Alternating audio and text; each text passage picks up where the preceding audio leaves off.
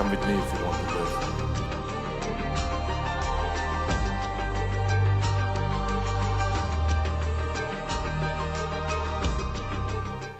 So who is this primal human training actually for? And there's actually 4 reasons, but I'm going to just do number 1. And the first one, and the most practical one, and the one we can all get behind, is this idea that we want to be healthy, we want to be happy, we want to have a solid, well state of being, and we want a high quality of life. And the principles behind primal human training are simple. That the human body has a blueprint and design. We have a physiology that was designed to function within this world and this environment.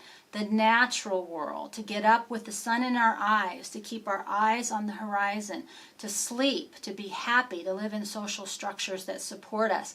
We have a basic blueprint, and that's the purpose of primal human training, is to reactivate that blueprint within us to achieve the health, mental stability, emotional stability that we were born and meant to have. It's not about spending money, it's not about fancy products, it's about doing the work and activating the systems that we were born with to become strong, powerful, self-healing mechanisms, vehicles, operating systems. The body you can think of as computer, the mind and the emotions as the software, and then we have a specific operating system.